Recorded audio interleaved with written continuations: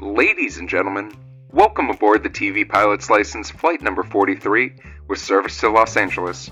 We ask that you please fasten your headphones at this time, secure your podcasting device, and remember wait a minute, what show are we doing? I can't say that on a plane, are you nuts? No, I am not saying that. You cannot make me. Welcome to the TV Pilot's License. My name is Jeff Kurbis, joined by Rich Inman and Max Singer. How you boys doing today? It's Ryan Murphy. We're doing Nip Tuck, right? We're doing Nip Tuck? No. We're not doing Nip Tuck.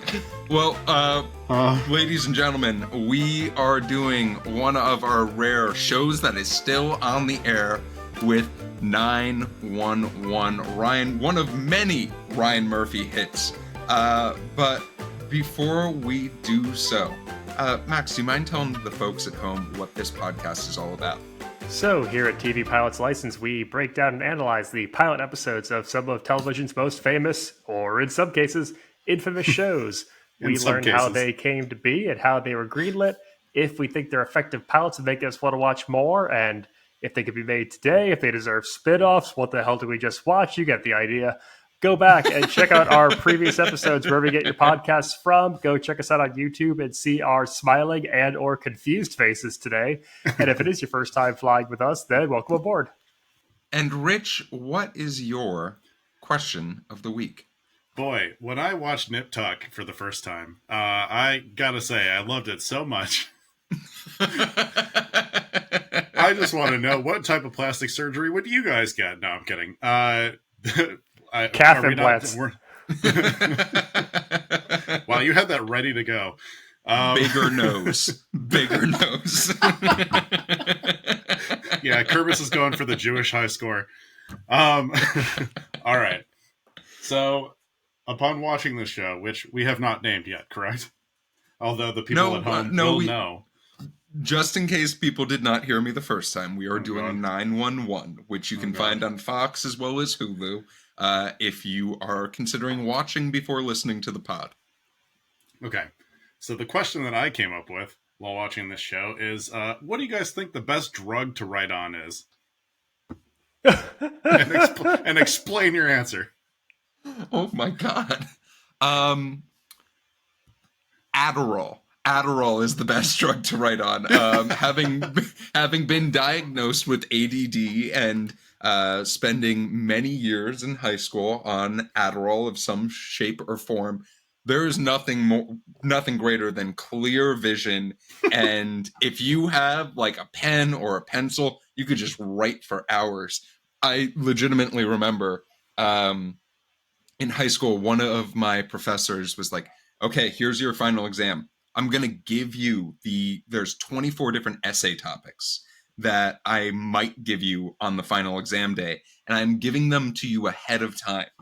And my dumb brain, instead of thinking, "Oh, I'll just study for all 24 and hope, and like I know which one," I wrote 24 different versions of the essay, and then repeated it 3 times, so that then whichever one I got, I was able to write down perfectly. Y'all, Jeff, I got 100% on that. Oh my God. On that exam.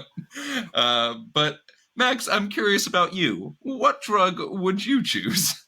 So I'm going to go with a classified drug, or classified. Is that the word I'm looking for? I don't know. Classified. I'm going with a drug. It's a secret drug you haven't heard of.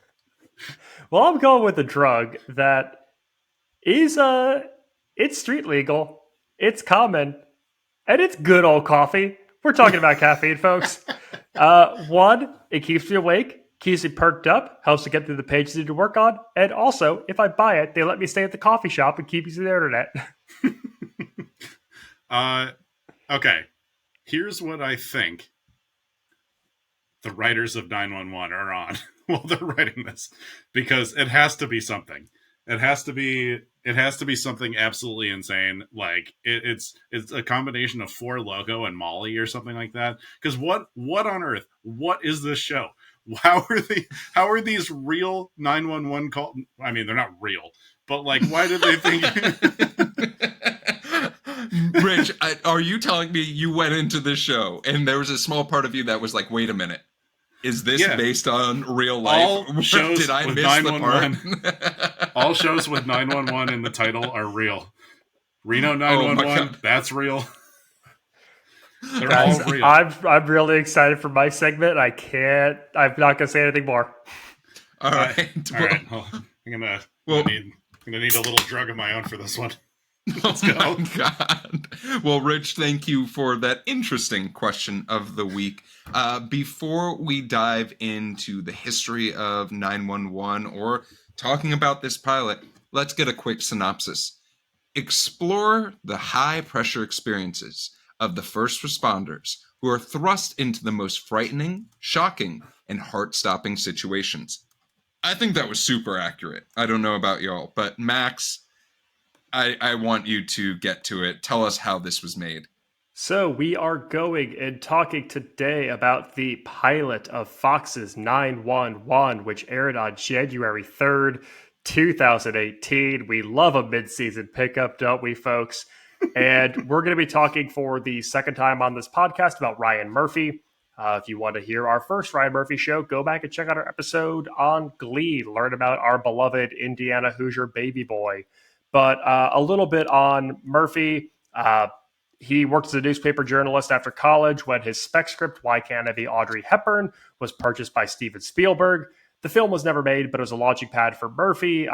He goes on to do shows like Nip Tuck, Glee, American Horror Story, American Crime Story, half of the things you see on FX and Netflix these days. 911 is his first procedural style show since Nip Tuck and is created alongside Brad Falchuk and Tim Minear, who worked with Murphy for years. Shows like Glee, Nip Tuck, American Horror Story. These guys were writers and producers on all of those. Minear serves as the primary showrunner on this. So any faults you may have with the plot, storylines, we're looking at you, Tim Minear.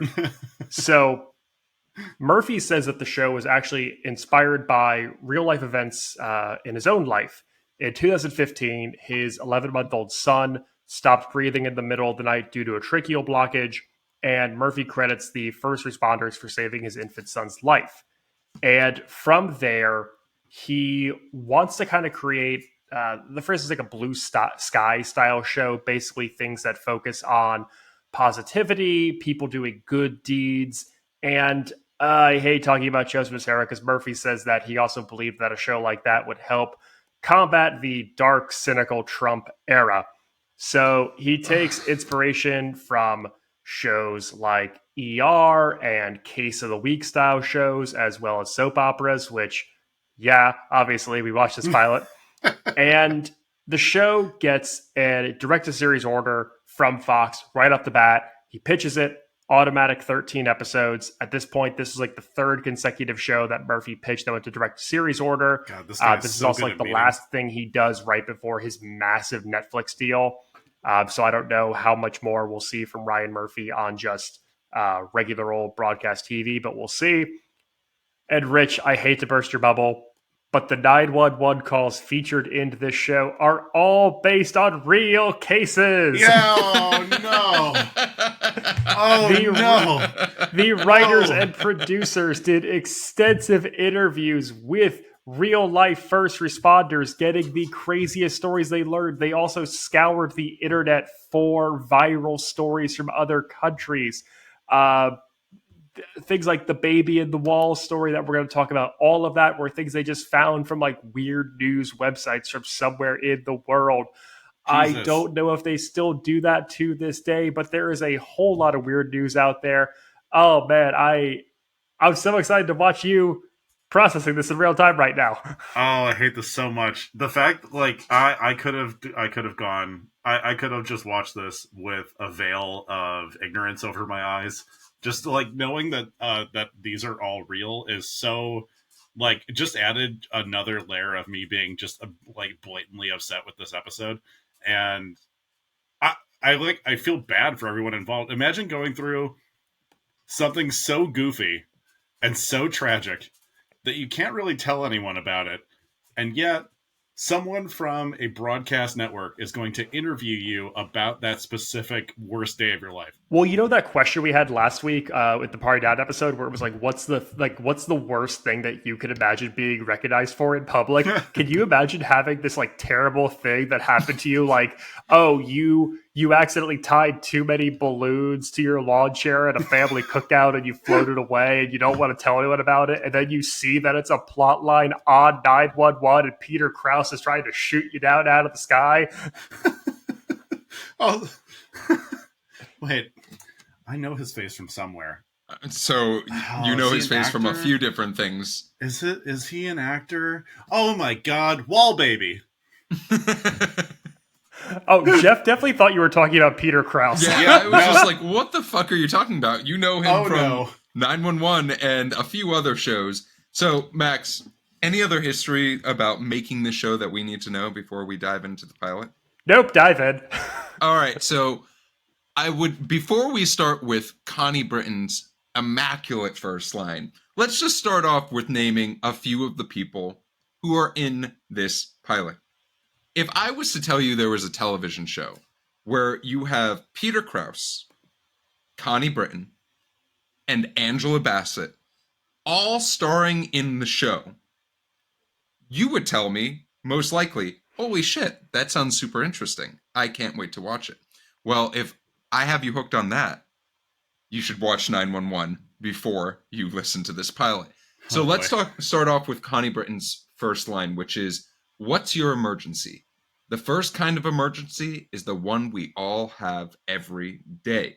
And Rich, I already know you're going to be our party pooper today, but I love the idea that there are two types of emergencies, and that is how we are framing every single person that we meet in this show.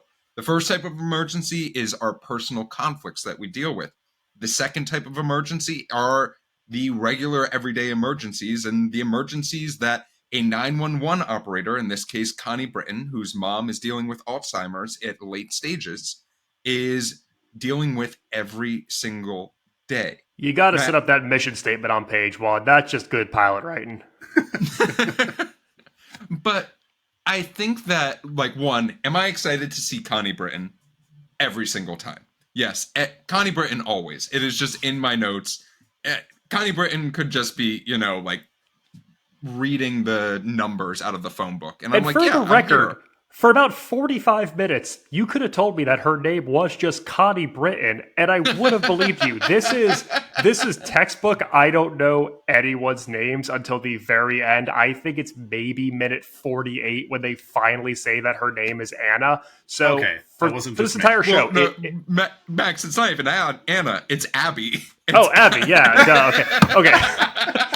But yeah, from here on out, it's Angela Bassett, it's Peter Krause, it's Connie Britton, it's Snake Girl. Like, we're not using any actual names. So. Oh, wait till we get to Snake Girl. I have some background on that. It is wild.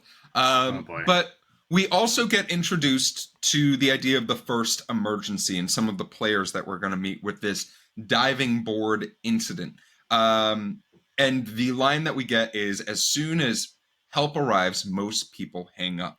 And then we see our cast sort of jump into action as a whole. Is this dispatcher's office the set from Bones? This is the fanciest emergency response call center I have ever seen. This $1 billion call center they're in. Yeah, CTU and Jack Bauer doesn't look this nice. In 24, not Jack Bauer. Jesus. In Jack Bauer.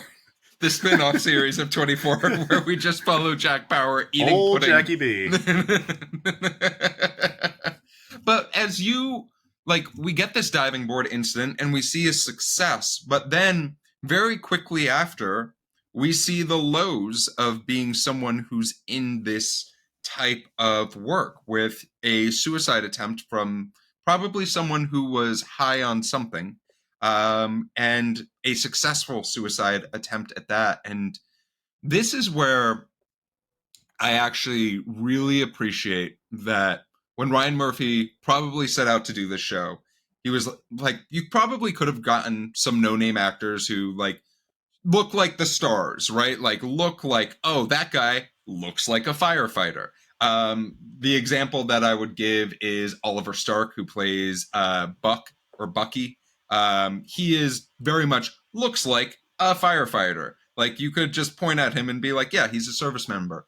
But having someone like Peter Krause in this pilot gives it a sense of like actual acting, and like seeing him respond to in a way that's very believable of watching someone fall to their peril. I really like this juxtaposition of a successful outing versus a non-successful outing to start this pilot off, rather than just, yeah, everything's a success, no one dies, we're all good.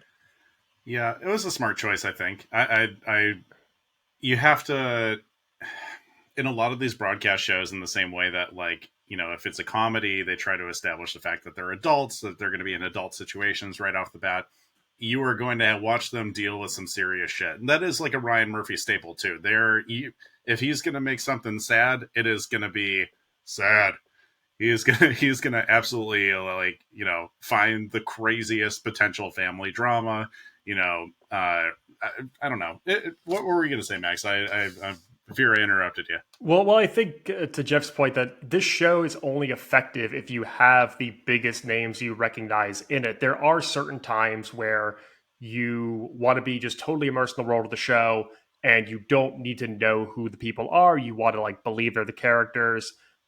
This is an example, though. I think it's a lot of Ryan Murphy shows in general where they're so over the top. They're dialed up to a 10 from the jump that you need to have star power. You need to have magnetism that almost in a way brings it back down to earth, if that makes sense.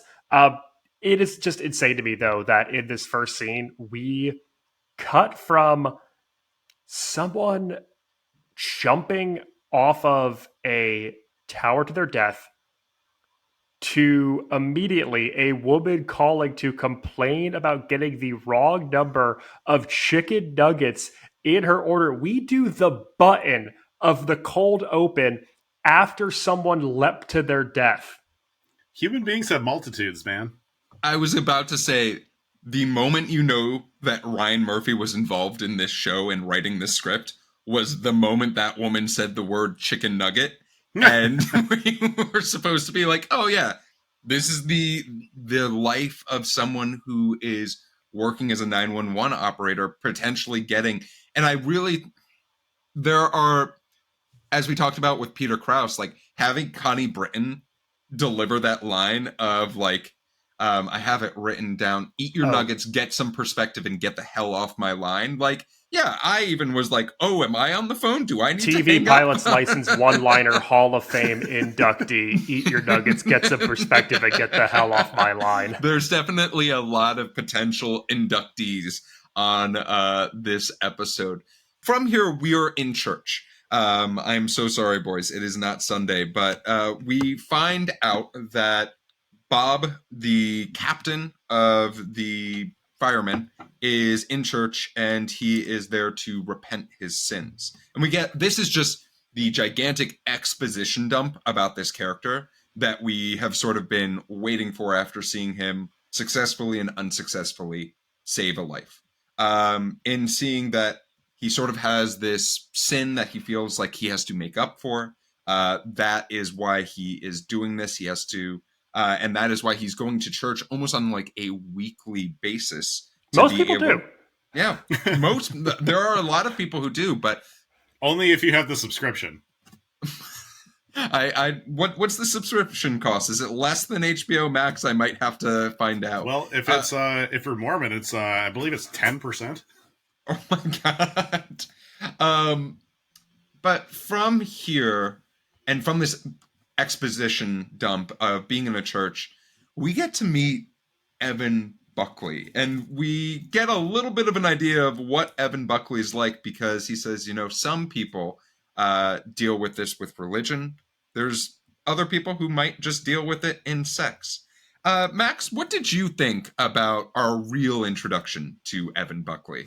Oh my God, the line, Mr. Hose, I'm on fire, is a perfect text message. No notes on that. Shout out to the digital team for making that text message.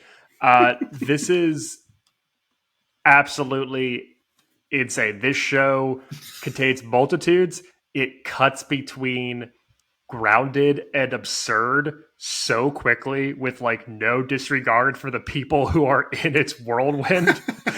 Even in the church scene, having Bobby going from talking about his addiction and repenting and needing to like make good of the world to the priest's cell phone going off and it's Firework by Katy Perry. This show whips you back and forth so quickly. You absolutely get whiplash trying to follow the plots of this. And yeah, Mr. Hose and then watching him get it on in a parked fire truck is really something. Well, you missed another Hall of Fame line, which is, so Buckley chases this girl in a fire truck to go and have sex with her in said fire truck.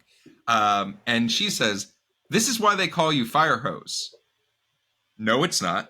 And then they proceed to, have sex, which leads me to an interesting question. If you were to have a dating app profile name other than your actual name, what would it be? Rich, I'm going to ask you first. What would your dating app profile name be? You can also, the alternative is you can give me your instant messenger name back when you were probably in middle school or high school. Yeah, you either need to give a fake dating app profile nickname or you need to give your real AIM screen name. Yes. I do know that it was Foo Fighters related because that was a band I was very into when I was 11, still am.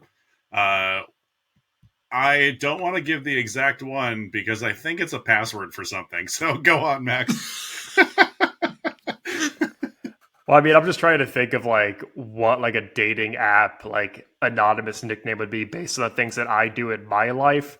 So we're going to make it podcast related, and mine is Hot Mike. Ooh, I like that a lot. And I will go on record with what one of my old AIM names were. I'm going to use the one that I use for the most of the time, and that was Jet Pepper Guy. I will let you figure out what that was related to. Rich, wait, hold on. Is it the band Jet and the Red Hot Chili Peppers? Yes, it is. Get it? Yeah, yes, I got it. Oh, God. And that was the better of the two. So I will leave that there. We just have like a Bennigan's ad level of music taste. Oh, my AIM was Bennigan's fan, so.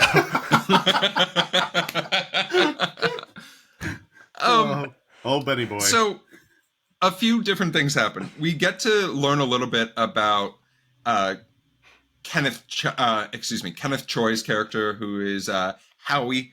We do not hear his infamous nickname if you continue watching the show, but wait, on IMDb, he's listed as Chimney. Yes, that is his name. That is his nickname in the show. So wait, is Chimney like is Chimney like in Grey's Anatomy where they name him 007 because he has a license to kill? Like what are we talking? So here? Rich, what if I told you, and this is outside of the pilot, that they reference him as Chimney throughout the series? We are 6 seasons in. They have still yet to tell us. Oh, that's so good. His name is Chimney. What? No. That is not as good as like Where Do the Simpsons Live? It's like it's really not that great of a mystery. Oh my God.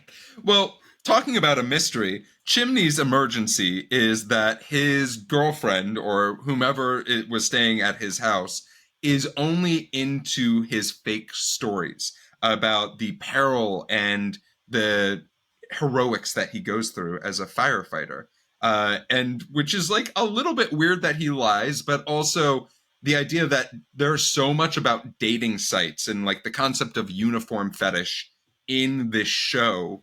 And we're not even like 8 minutes in, I think, at this point.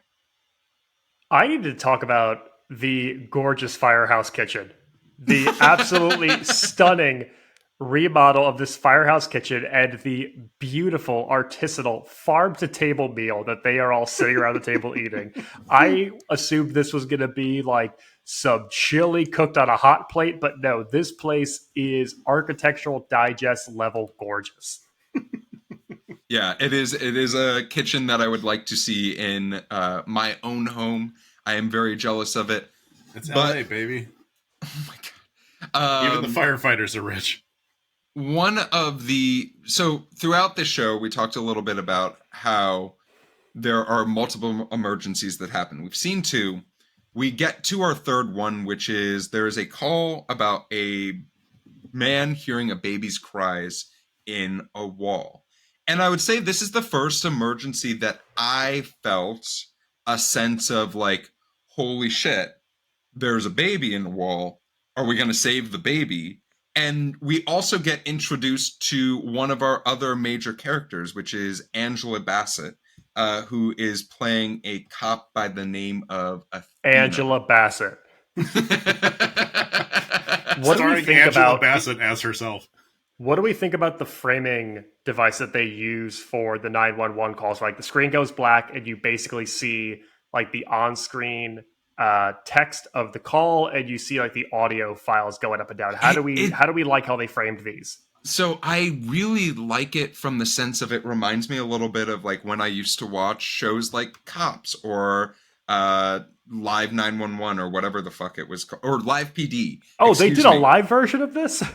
So Live PD was a wild show that I don't even have enough time to talk about right now, where they had camera crews following in live simulcasts of people arresting people in like Kentucky and Indiana and North Carolina. And I like it. Yeah, it's something. But what I will say is it sort of reminded me of that, and it made it feel like we were getting multiple angles of how do we involve Connie Britton? Cool. We get her voiceover for like the 30 seconds that we need it. How do we involve Angela Bassett? Cool. Angela Bassett is here because someone tried to kill a baby. So we need to find out who tried to kill the baby.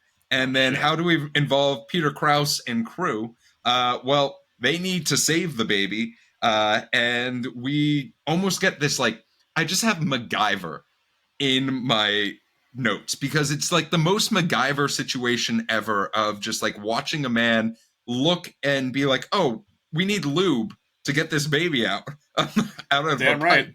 Yeah, it's they really slapped this this rescue operation together using I'd say MacGyver's a good comparison, but we do get, I mean, this show makes this look like a very routine thing.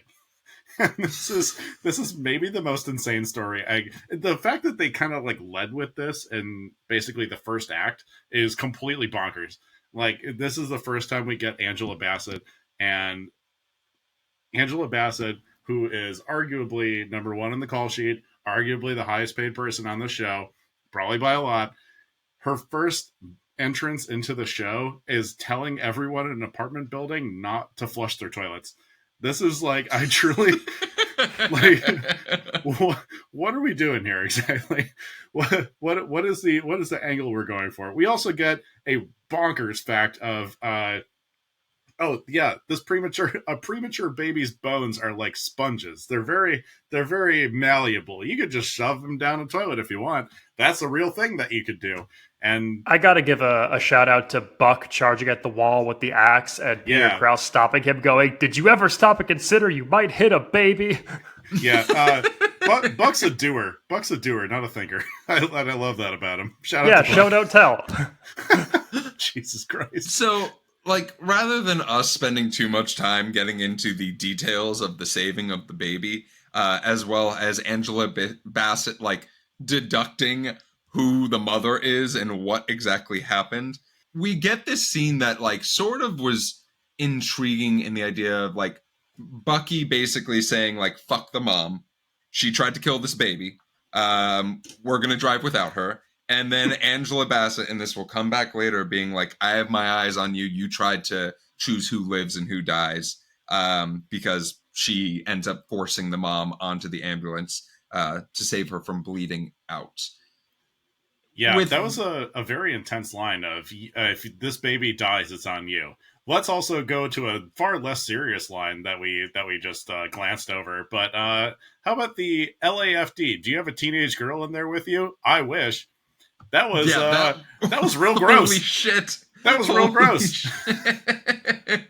There's a line here also as they're getting out of the building where Peter Krause is holding the baby and Bucky is like, I'll take it. He goes, give her to me. Come on, I'm twice as fast, which is such a like a male hubris old neighborhood. Like, yeah, come on, boss. I'm so quick. I'm the fastest kid. Give me the baby, boss. So after that brilliant piece of acting and line giving, we do have to talk about a scene that I actually think was really well acted and something that is surprising. I did not expect it in the show. I did not remember this scene, having seen this pilot before. And that was we're at Angela Bassett's house. And we get probably one of the more honest depictions of coming out as an adult with a family and sort of what that can do to a family as a whole. And we're recording this during Pride Month. This was just something that at first, when I watched it, I was like, wow, this isn't really a pride-friendly segment that we're watching, but this is one of the most honest interpretations and presentations of, as a man coming out with a family who really just wanted to be a dad. And we get this, a older woman who wanted to have kids, a man who who probably did not present fully as straight, wanting to also have kids, and the reality of their situation with two grown children as a whole. This is a big Ryan Murphy calling card thing here, where you just put someone in the most dramatic situation possible, like really early on, and just like, all right, here you go. Here, it's the pilot. You don't get to learn anything about these people except for the most dramatic thing that's ever happened in their life, and also make it gay, which is great. But the fact that this man wasn't coming out for quite a long time, they look like they're in their 40s or something like that, maybe 50s. Mm-hmm.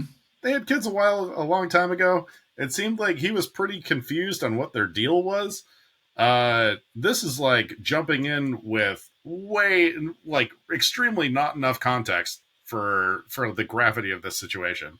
I don't know. It seems like a crazy predicament that could have been prevented quite a long time ago. My one defense of this is we talked about a little bit of the framing device they use at the beginning, right? Everyone has their personal emergency and their secondary emergency, or the emergencies of real life. And this is this strong, confident cop that we see in Athena, who at home, when she has the world figured out, she doesn't have her own personal life figured out. Max, I'm curious about you. When you saw this scene, and to give credit to the actor, his name is Rockman Dunbar.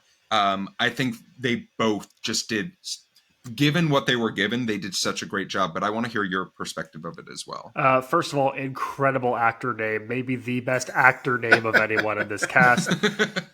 Yeah, I think that it is a not often portrayed in mainstream media story that does affect, a lot of people, where it's coming to terms with your life and your truth as an adult, perhaps feeling conflicted by a life you've built and a life that is needing to be led authentically. So I think that it's very interesting that you have a character here who is a secondary part of this pilot plot, but has such a story of his own here. And I think that's something that isn't really explored a ton in mainstream media. I think like a film like Beginners by with Christopher Plummer, that Mike Mills film does a really good job of exploring like coming out later in life and what that means for adult children and those around you. But seeing it smack dab in the middle of, we just like axed a baby out of PVC pipe and what's going to immediately follow it. Like that's the thing here is, and I totally get it, that you need to show every character having both sides of this. You need to show everyone having the work emergencies and the personal emergency. I think that this is a really compelling story, but it feels like a middle of season 1 story to me. It doesn't feel like a thing that you do in the same episode as a dude having sex on a fire truck and all the other insane shit that we're even going to get into. It's a really good story that feels like it almost got rushed into the pilot. Yeah, that is I like an incredibly good point. And I know this is like maybe not a fair comparison because one show is like a whodunit, the other one's not. If this is a Desperate Housewives type plot line, this would not be revealed, like you said, Max, until middle of season 1. You would tease it maybe a little bit, but you are just like, you're dropping bombs before anyone is really attached to the characters, which I thought was a very interesting choice. And I know it's not like, this isn't a show where you're just like leaving a bunch of cliffhangers everywhere and like, setting things up to be discovered later on in the season. This is more of an episodic thing, at least so far. It seems like really heavy-handed. It seems like way too soon to drop something like that. Like they could have just left a little bit of air of mystery of like, something's wrong in this relationship. If you had never seen this show before and I was just like describing the supporting cast to you and I told you there is a character who plays a major plot point who is secretly gay and makes great waffles, it would not make sense in the rest of the context of this pilot. Because you're talking about Donkey from Shrek. Oh my God. So, Max, it's sort of like a chaos sandwich, if we think about it, because we have this baby in the pipe, in the wall. We have this coming out situation with Athena. And then we also have our next 911 call of a woman being choked by her Burmese python. And this was, first of all, I just have written in my notes, nightmare, because like the entry of coming in and like they mentioned Conan the Barbarian, they missed the Indiana Jones, like just served on a platter to them. Right. But this was one of those things where we then saw another situation of like just the police or firefighters, excuse me. I wanted to say cops. The firefighters jumping into action, and then a snake got. And then we get the corniest fucking line of, I had to save the most beautiful girl in the room. So, Max, you have to say it before I say my little fun fact. Go for it. The look on Connie Britton's face in the call center, because they cut back to her at the end of this call, and she looks just in absolute disbelief. The shock on her face. I want to imagine that there's like a PA who's just kind of like fucking with Connie Britton and just saying like the most insane things to her over the line to get her to get that reaction on film. Because there's no way that that's just like, all right, quiet on set and action. And she makes that face all on her own. Please watch this pilot just for the Connie Britton facial reactions to the 911 calls. All right. Oh, so, Rich, I have a question for you. Please. What was the name of the woman who was being choked to death by the snake? Dude, there was so much happening in that scene, I don't even know. Is that even important? So this is why it's important. So that character is only referenced in this pilot as Snake Hoarder, right? That's the only reference. But in the IMDb credits, that is a named character by the name of Jessie. So I did a little bit of research on the actress that plays Jessie. Her name is Sarah Hay. Sarah Hay has been nominated for multiple pretty prestigious awards, including a Golden Globe, AFI, like all these things. There were plans to bring this woman back into the show. I don't know how, but guess what? They never did it. This is the only episode she was in, and we only care about the pilot. So, Rich, I have a big surprise for you. Okay. Guess what? it is time for our second ever TV Pilots masterpiece. No theater. way! So let me the tip of the teeth. So that's let me amazing. set the scene as we prepare. After the escapades of saving Jesse, our snake hoarder, we then get a beautiful helicopter shot of a fire truck that has its full ladder up to the roof of a building. And It is a euphemism. and we see our Captain Bobby climbing up that building. With that being said, I am very proud to welcome our actor of our co-host, Max Singer, who will be playing the role of Bucky, as I will be his line reader and playing the role of Bobby. Are you prepared, Mr. Singer? Yes, I also have to just say it is ridiculous that these two characters have very similar sounding names. Like having Bucky and Bobby talking so much back and forth, that's gonna be hell on Final Draft. You're starting to type, it's autocorrected, it's making the wrong one. Well, I will begin. Speaking of hell on Final Draft, let's get to the reading. You're fired. What? Wait, that's not fair. You said I got 3 strikes. Doesn't matter. You've made this choice yourself, and you rubbed it in my face. The same exact infraction 2 days after I wrote you up. It's not the 1950s anymore, Buck. We work with women side by side. When you swing your dick around, you disrespect them. Wait, Bobby, I think I might be a sex addict. Self-diagnosed. You think this is a joke? No, I'm not joking. How much does your kit weigh? When you're fully geared up? I don't know, 60 pounds, give or take? Right, 60 pounds. So when you choose this life, you find a way to leave everything behind you except that 60 pounds. I don't care if you got problems with your wife, with money, with alcohol, with keeping it in your pants. All that stuff weighs you down and it slows you down. And if we lose a couple seconds, people die. So you want to disrespect yourself? That's fine with me. You want to disrespect these women that you chase around? That's on them. But you are done disrespecting our firehouse and this fire department. No, Bobby, I need this job. Look, I love this job. Don't do this to me. I don't have anything else. I'm sorry, kid. I said you're done. And that is scene. Yeah! You know what's so funny is that I know you guys chose this because it's like dramatic schlock, and I actually thought this is one of the better things of dialogue in the actual pilot. I was okay, that 60 pounds thing, I'm sold. I definitely agree with you, Rich, but there's moments where like Max and I were texting with each other and we were like, is there a better scene to do? Because there's a lot of opportunities in this show.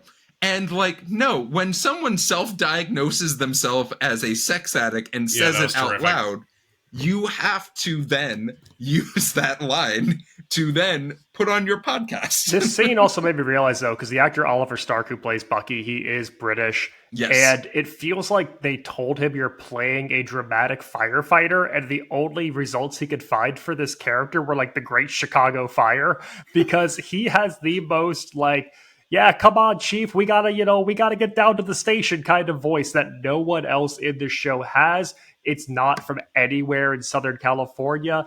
It is the most like Bowery Boy, Mrs. O'Leary's cow ass fireman voice I've ever heard. So, Max, fantastic job with your acting. Same to you, Jeff. Thank you. You absolutely destroyed it. No, you destroyed. Wow. So let's talk a little bit about what happens next. Bucky is packing. The firefighters go out to go and handle what looks like just a car accident in the streets of LA. If you did not know, this show makes sure you know they filmed everything everywhere in downtown LA. It is just 100% known, but there is another 911 call, and it is a residential break-in, as a young girl is home by herself as 2 thieves break into her home to steal some things. In like this very strange suburbia moment, like that Angela Bassett just happens to be by that area. I am not from LA, but that just does not seem anywhere close to downtown LA as a whole. Rich, as a Valley dweller, how did you feel seeing Winnetka come up in this pilot? Yeah, wait, okay. Can we address something super quick in the notes here? There is a note that says 911 call, home invasion near Rich's house. Including the AIM screen name. Can we please not dox me on the podcast? TV pilot's license, the one where Rich gets doxed. I was super thrilled to see the great city of Winnetka, California, get some representation in a broadcast TV show. Isn't that where the bowling alley with the good beer is, Rich? Yeah, it sure is. Oh my god, he's so sad. It's really good. Don't dox me on the podcast. If you're not watching us on YouTube, go. I think we're like 45 minutes in. Go just to watch Rich's sad face as he realizes he might not be able to go to these places anymore. Yeah, you can't. Hey, I can't go to the neighborhood where I do all the kidnappings no more. But this is so as far as the scene goes, we see like the craftiness of Connie Britton as well as Angela Bassett working together, and we are given this Bucky redemption moment as a whole. I think this was actually the scene that we got to see the most of Connie Britton as far as just genuine acting, if that makes sense.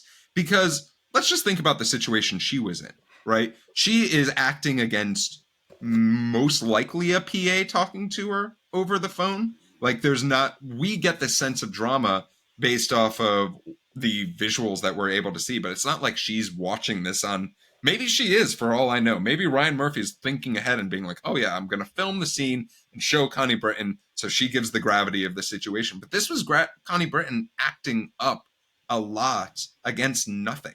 Are dispatchers qualified to do what's essentially a hostage negotiation on the phone?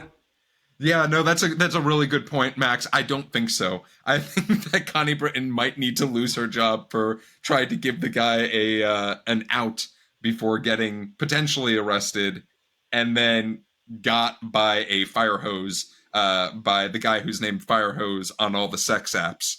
That was a moment for sure. On all the sex apps. You guys, Jeff, you talk like you've been married for 40 years. The sex apps where all the people have sex. So I do love the note, Max, and thank you for putting this in our notes. Sex dude gets back on the force. And yeah, that's just the only note there. Nothing says we only had one day to prepare for this for this podcast episode. Like sex dude gets back on the force. Oh my God. There's a real groaner of a joke in here, like a real dad joke that Ryan Murphy wrote in here, which is after Mr. Hose helps apprehend the burglars, Angela Bassett says, she called, told me what an asset you are, told her she was half right, which is such a funny insult to him, calling him an ass. So one of the questions that I just have written in my notes with the end of this show is how much money do we think was spent on this pilot? Because the final song that we get for this show is Under Pressure by Queen and David Bowie. And that is not none of this show looked cheap. None of this show looked phoned in. It very much looked like Ryan Murphy called us and said he had an idea for a TV show. How much money does he want? 10 million plus? Cool. We're just going to hand him the check and he gets to do whatever the fuck he wants because he's Ryan Murphy. The dialogue under this needle drop is bat shit. I have it all caps. I was a punk. I still am one. I'm a punk who understands what he lost. And then when the final alarms go off and they all spring into action at the end, the Connie Britton line that of, for those of us who chose this life, there's no place we'd rather be. Okay. Damn it. I do want to go back because Jeff, I know you think I'm a spoiled sport. I'm raining on your 911 parade. The home invasion scene, honestly, it was quite good. It reminded me, go. you got me. Let's go. It made Connie Britton feel very valuable. I mean, not that she wasn't before. It made we got the reemergence of Bucky, aka the sex dude, getting back in for the viability and helping save the day. But also, we get Angela Bassett doing the thing, and that is I think it's a super important part of this show that Angela Bassett did the thing, and I just want to okay. I this part really got me. I really was on the edge of my seat for this one. It reminded me of one of my favorite movies, Denzel Washington's Man on Fire. Like, it was very, it also had elements of Taken because they use the phone as a non-visual communication tool for a lot of these things. And Jeff is grabbing his microphone because he's about to whisper something into your ears, and I hope it's not unsettling. What you got for us, Jeff? So, Rich, what if I told you? No. You could watch this every week. And it's just as thrilling every single week. I bet it's not. Hey, Rich, I'm going to put this in terms you understand. So if one of the 3 911 emergency calls captivated you, that's a 333 batting average, which gets you to the Hall of Fame in Major League Baseball. That's pretty damn good. It's too small of a sample size. Well, it's statistically insignificant. So that is the end of this pilot. As far as, what were things that you loved about this pilot? They can be chaotic nonsense. They can be... We can save them for the, wait a minute moments as a whole. But I want to hear from you two gentlemen. What were things that you loved about this pilot? The line, "You can't punch it in the face, it's a snake."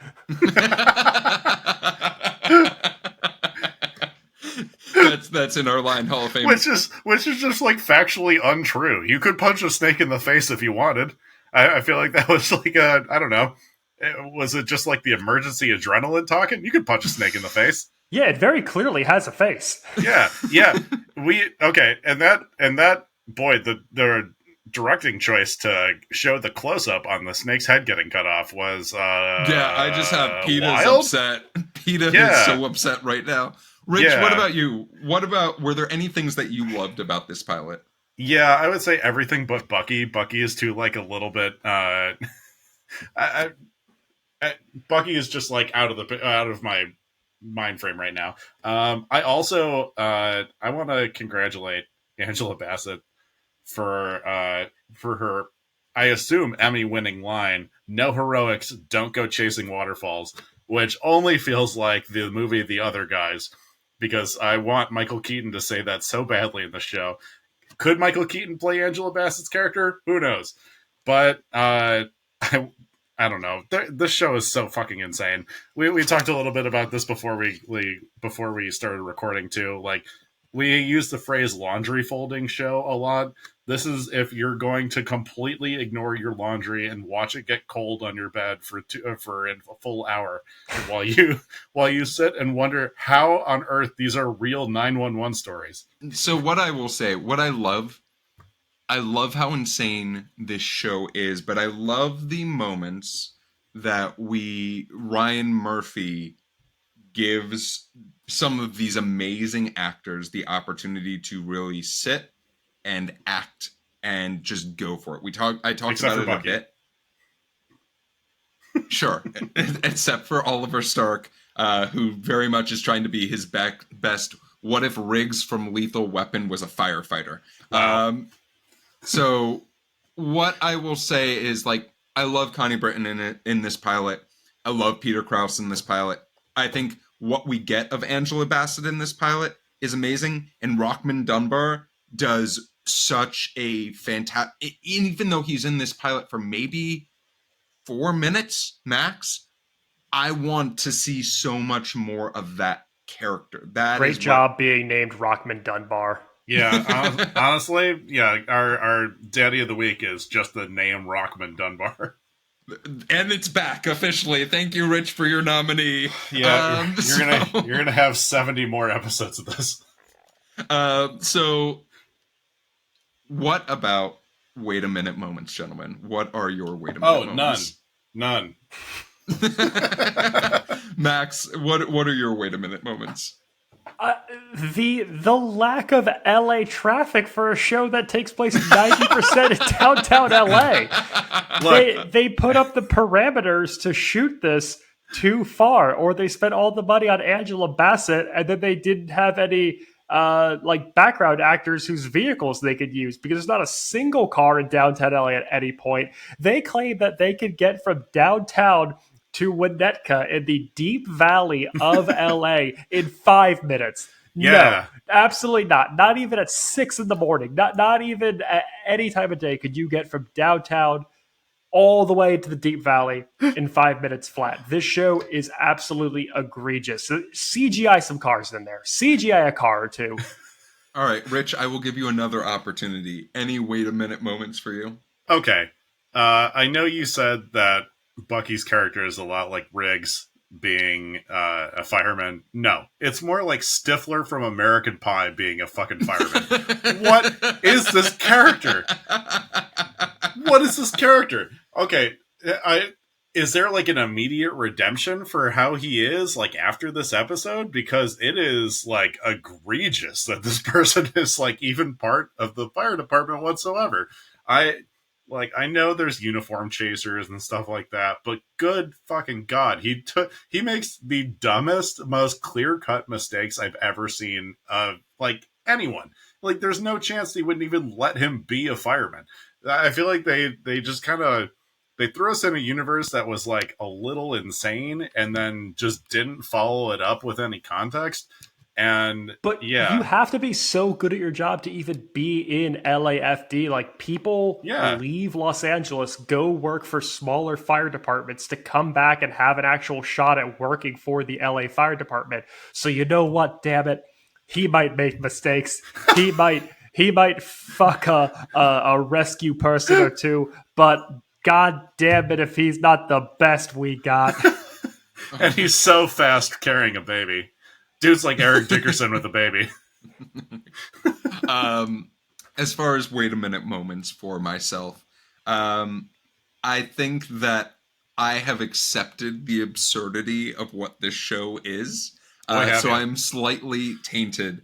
But with that being said, I fully recognize that when you mix Ryan Murphy's, just sometimes some of his grade A acting and writing that I was talking about, but then are like, hey, you want to go on like the National Enquirer and pick out like 5 stories and then put them in a TV show and I'll give you like so these aren't actually real. No, well, this is me just like supposing, and then like give it $10 million to produce an episode. Sure, why not? Cool, let's go and do that. Like this show is bonkers, but I think that's why it is so wild, and we'll talk a little bit about their legacy in a bit. Rich has already nominated his Daddy of the Week, which is Rockman Dunbar's name. So you know what? Let's just leave it at that. We only got one in-flight question, and it very simply was, what did I just watch? And what was that? Was that from all of our respective partners? But what I would like to take the opportunity to do and transition this into is, you've now seen the formula for 911, right? We have these we have amazing actors, put them in ridiculous situations, give them the opportunity to act as well.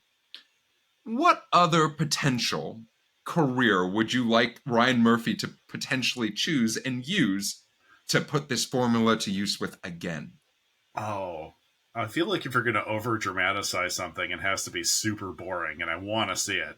My first, one of my first real jobs was working for Starbucks, so I want to see a workplace barista drama series with Ryan Murphy. I want people absolutely crying in front of the oven that makes the spinach feta wraps. Oh my god, yeah, a 911 style drama at 7 a.m. at a busy Starbucks. Max, what about you? I know that this is going to be something that's very overhashed already and been done to both good and bad effect, but I want Ryan Murphy to go back to his roots, and I want to see the most flippant, dramatic newspaper reporter Ryan Murphy show imaginable.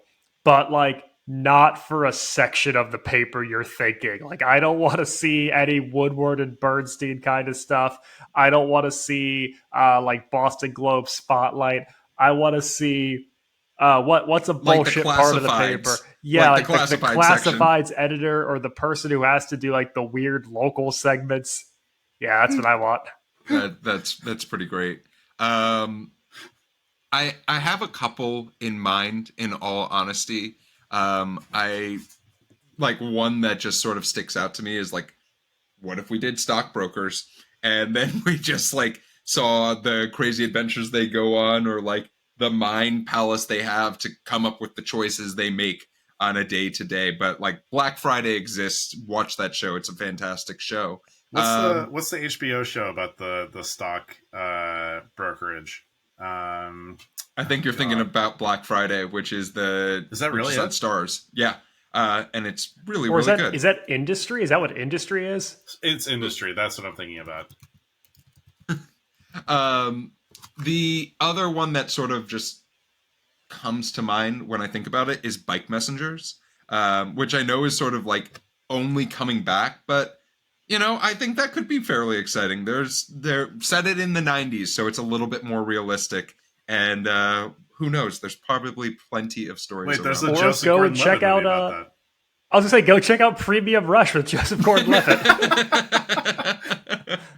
Remake Premium Rush into a Ryan Murphy TV show. Everything's been done.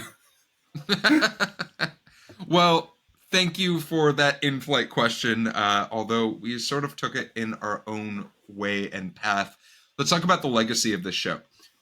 So as we talk about this show has yet to be canceled. It is continuing, so we are talking about this from the perspective of June in 2023. It is, however, changing networks. I should point that out. It was just recently canceled by Fox, and they are just moving it to ABC. Wow. So Disney is taking it from one thing they own and putting it on another thing they own. Congratulations. So the first 6 seasons of this show and the first 96 episodes of the show were all on Fox. It is already in syndication on USA Network. It started being in syndication hell yeah, it is. in 2022. Season 1 had its best viewership so far, with an average of 10.75 million viewers per episode. But season 4 was actually its most successful season. It topped the charts at 11th most watched TV program in the country. As far as awards go, this show has 24 nominations and 10 wins across those first 6 seasons. Multiple NAACP awards, a few Critics' Choice Awards, and then some of the names of the award shows: the BMI Film and TV Awards, California On Location Awards. It shows up as well multiple times, but hey, it has more award wins than Party Down, and that makes me sad. There is a spin-off of this show starring Rob Lowe and Liv Tyler, and it is called 911 Lone Star. Yes. So, you know, maybe we'll talk about that pilot too, because it's even more ridiculous. Is it? Yes. I do have one note. I know we just talked about the pilot, but I have to mention Connie Britton is not in the full series of this show. She is replaced by Jennifer Love Hewitt, who plays Bucky's sister. And the storyline behind that is amazing. I'm not going to say any more. You just gotta watch more episodes to find I was out. I was gonna tune out, and then I was gonna tune back in, and then I was gonna tune back out, and then you got me tuning back in. Oh, this is a real roller coaster, Jeff. So that is the Real hero's continuing, journey. yet to be finished legacy of this show. Rich, what is your question? Or excuse me, Rich, what is your game of the week? All right, so game of the week connects a little bit to my question of the week too, because these are the most meth and Molly fueled stories that they use in this entire show. As you can imagine, all of the stories that they use, or at least most of them, are fucking batshit insane. What I like most is that I found an article compiling what is it? 1, 2, 3, 4, 5, 6. 6 of the craziest plot lines and emergencies that they solve on 911. Which is 2 episodes worth. They just keep rattling these off. These are some busy EMTs. I like it. All right. So I Rich, want you guys to tell me. I'm going to suggest that you ask Max first and then ask me so that I can potentially correct Max's choice. How many of these episodes have you seen, Jeff? Have you seen all 911 of them? I've seen... What if I said I've seen 78 of the 96 episodes, my God. and I'm waiting to finish season 6? Yow. Okay. Well, you're definitely going to get these. Maybe. No. You're definitely going to get them. These are insane. Okay, Max. Which of these is not an emergency that they actually solve on 911, the show that we just watched for a whole 45 minutes? A vet gets his arm stuck in a rhinoceros's butt at the LA Zoo performing a proctology exam. YouTubers cement a microwave to their own head. 2 women fight at a beauty pageant, and one gets a stiletto jammed through their head. A teacher almost drowns in a vat of chocolate during a field trip, a la Willy Wonka and the Chocolate Factory. A woman gets her head caught in a truck's exhaust pipe. Or a woman gets hit with a fucking meteor. Oh my God. I want to see all these on the show. Trust me, you'll see most of them. And you're like, Buck's going to try and have sex with like 5 of these people. Wait, leave the stiletto in, baby. I'm going to go with... Oh, God. I'm going to go with the rhinoceros at the zoo, just because I think that... Is that Ace Ventura? Is it? I don't know. I'm going with the rhinoceros arm stuck. Seemed like the storyline that Buck is likely to try and have sex with. Well, Jeff, Max, you're thinking of when Ace Ventura went head out of the rhinoceros's anus. And you are correct. And everyone thought that was the... peak of comedy. Yeah, no, it was the peak of comedy. Ace Ventura 2 is underrated as a movie. Oh, Rich, let me see if I have all these right. Chocolate syrup happened. The meteorite happened. Yep. Let's see. I'm going through. The stiletto happened. Yep. The microwave happened. It was very, very sad. Yeah, because they had a hot pocket in it. What other ones did you say? The only other 2 are the rhinoceros and the woman getting her head caught in a truck's exhaust pipe. I think the rhinoceros is the one that is the wrong one. That right? is correct. You guys are Yes. I thought I would try to get you with an animal one since we got it in the pilot, but yes, all of these are real. Real quote unquote. Real storylines that happen on 911. The almost drowning in a vat of chocolate is insane. I want to just watch that one. It's actually, I highly recommend watching that episode. Recommend it. Yeah, 96% on Rotten Tomatoes, that episode. So, Rich, thank you so much for that game of the week. Gentlemen, thank you to Ryan Murphy for that game of the week. I have 2 more questions for each of you. One is based off of the pilot and the pilot alone. Would you continue watching this show?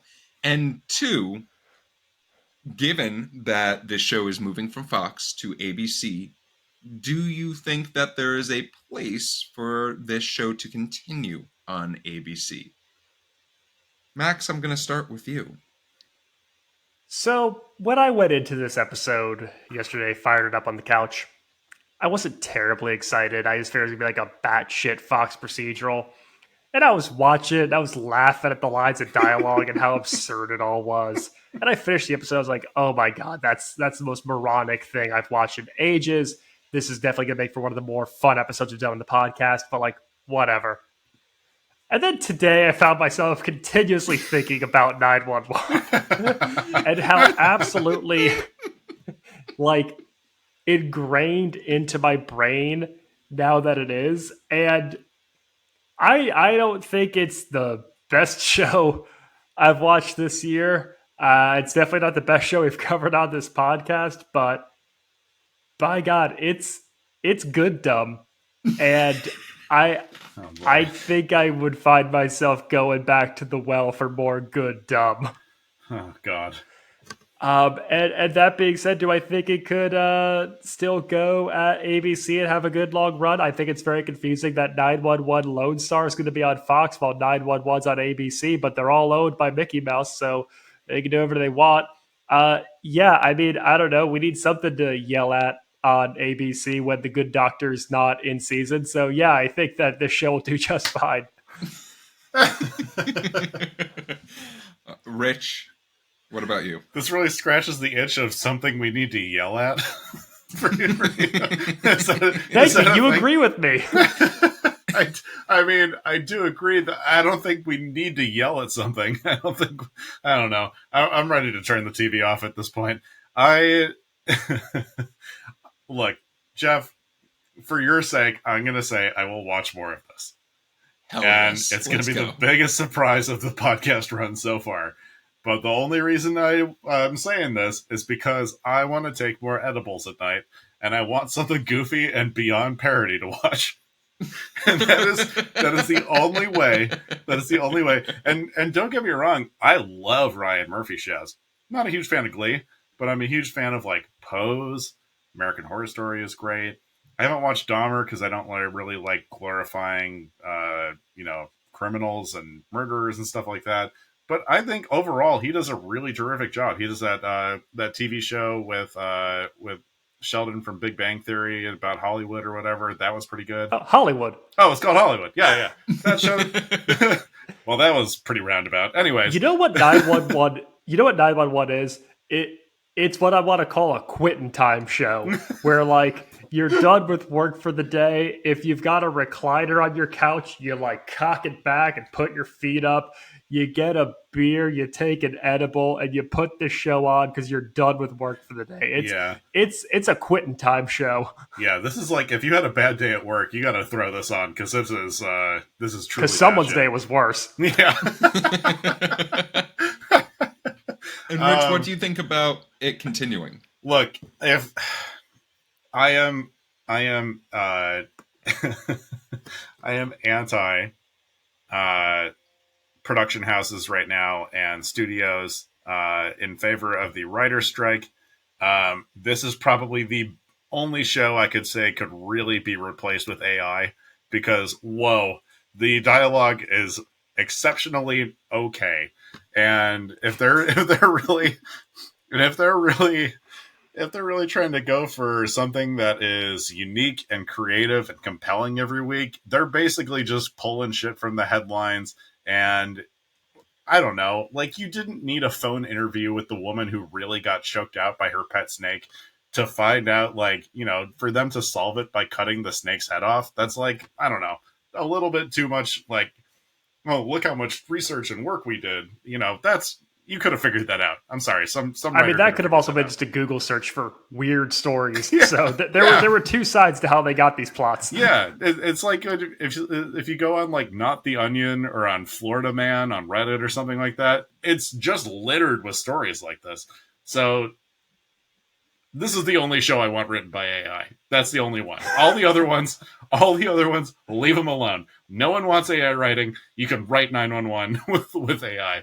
I'm not watching a reboot of this. If they're like, I'm very generous giving it episode 2,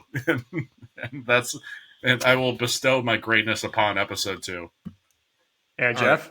I will be short and sweet. Yes, I almost watched the second episode right after watching this pilot because I was just like, okay, cool. I need to see more glorified monstrosities and horrors of people's day on TV acted by beautiful people, because that is what this show is. It is beautiful human beings dealing with just the most out of this world terrors and saving most of the people.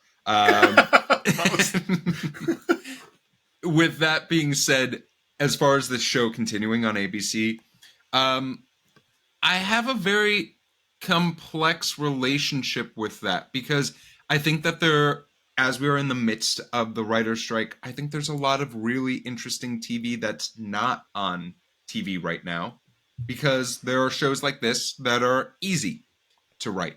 That might require less writers, that might require less creativity. So while I am in favor of awesome actors and actresses and people having work, I'm also in favor of, I hope that there are other shows that are given the opportunity to potentially one day replace this show that's going to have 7 seasons, going to break 100 episodes, right? And when that day comes, I hope it's something great.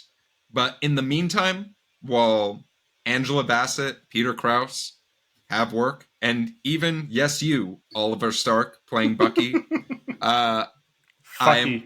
Oh my God. I will be tuning in to another episode and enjoying this. With all of that being said, our plane has successfully come to a land. And I would love to hear where we can find you two gentlemen. Rich, without doxing yourself, where can we find you? You can find me near Winnetka, California. And also, you can find me buying a pet snake for myself after seeing what they can do. And on Instagram at Damn That's Rich.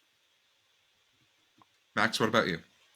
You could catch me watching the 911 prequel period piece spinoff that AI could never write, 411, where Connie Britton works at a directory assistance center. Oh my God.